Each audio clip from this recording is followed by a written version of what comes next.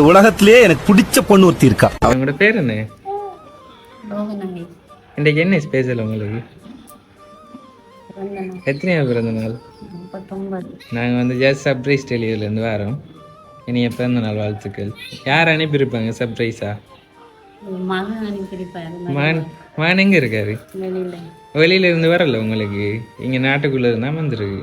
அப்போ மகள் மருமகன். மகள் மருமகன் என்ன? 2 பேர்ல.